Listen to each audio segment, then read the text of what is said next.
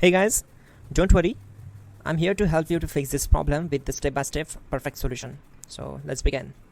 Now we need to click on advanced options, then click on troubleshoot. Now click on advanced options, and at the last we need to click on command prompt. Type chkdsk/f/r:" and hit enter to execute the command. Now wait for some time to complete the process. Once done, move to the next step.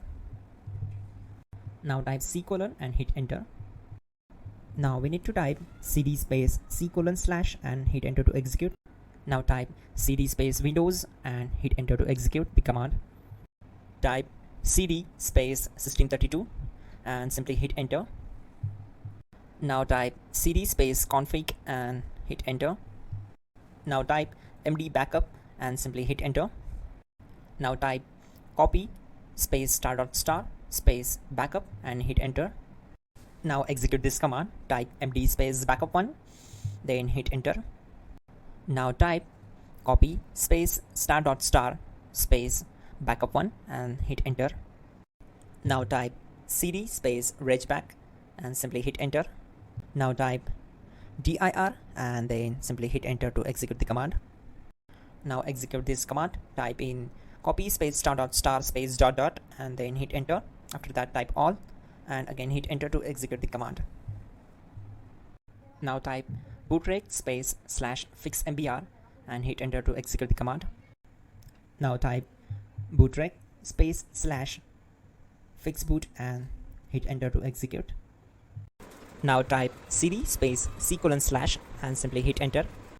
Now type this command cd space Windows /System32 /config /regback and simply hit enter to execute the command. Now execute this command. Type bcd edit space /export space C:/ /bcd backup and simply hit enter to execute this command. Then move to the next one. Now execute this command. Type cd space C:/ and hit enter. Now execute this command. Type md space boot and simply hit enter to execute this command. Now type cd space boot and simply hit enter. Now type md space bcd and simply hit enter. Now execute this command.